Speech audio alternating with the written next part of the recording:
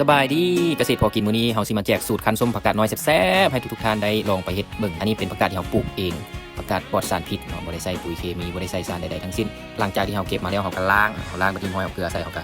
คนๆๆแล้วก็ทิ้งไว้จัก15นาทีหลังจากนั้นเฮาก็มาต้มน้ำเนาะต้มน้ำเอาข้าวใส่ข้าวนี่จะเป็นข้าวเหนียวหรือข้าวเจ้าก็ได้เนาะข้าวเหนียวมันจะส้มไว้ข้าวเจ้ามันจะนานส้มสำหรับไผที่กินไวกินด่วนกินเบิดไวก็ใส่ข้าวเหนียวได้สำหรับไผที่เอาไว้กินดนก็ข้าวเจ้าได้เนาะข้าวเจ้ามันจะอยู่ได้ดนหรือว่าเฮากินบ่หมดเราก็สามารถเก็บไว้ดนได้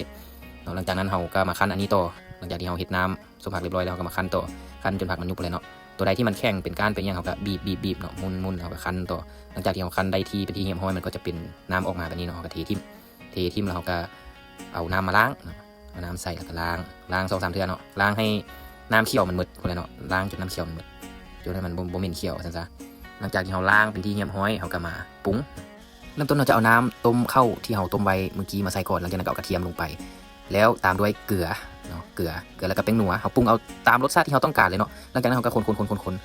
แล้วเขาก็ซีมเบิ่งเนาะรสชาติที่ถูกใจบ่ถูกใจเขาก็ซีมเบิ่งแซ่บบ่แซ่บเอาปรุงที่เรามักเลยเนาะเอาแบบแซ่บเลยนัวซ้ำใดเค็มซ้ำใดแม่นเอาตามใจที่เรามักเลยเนาะถ้าเขาได้เรียบร้อยเขาก็เอามาใส่กล่องไว้หรือว่าใส่ถุงก็ได้เนาะแล้วก็เอาน้ำใส่น้ำที่เราเฮ็ดมานี่ถือว่าพอดีเป๊ะท่วมผักได้พอดีเลยเนาะบ่หลายบ่น้อยเกินไปเป็นจังได๋พี่น้องเป็นตากินอยู่บ่เบิ่งหน้าตาแบบนี้เป็นตากินอยู่เนาะลองเอาไปเฮ็ดเบิ่งเด้อสำหรับสูตรนี้เป็นสูตรเด็ดสูตรเคล็ดลับที่พวกเขาเฮ็ดกินตลอดเฮ็ดกินประจำแล้วก็เฮ็ดขายนำเนาะเมื่อเฮ็ดแล้วพวกเขาก็จะเอาไปกินได้เลยหรือจะปิดฝาปาไว้ให้มันส้มสำหรับความส้มนี้เราสามารถชิมเอาได้ตามใจเราเลยถ้าได้ความส้มที่พอใจเราก็เอาใส่ตู้เย็นไว้ครั้งต่อไปเรามีอย่างที่จะมานำเสนอก็ฝากกดติดตามเกษตรพอกินเฮาเด้อเจ้าไว้พบกันใหม่ครั้งหน้าขอขอบใจเจ้าเกษตรพอกิน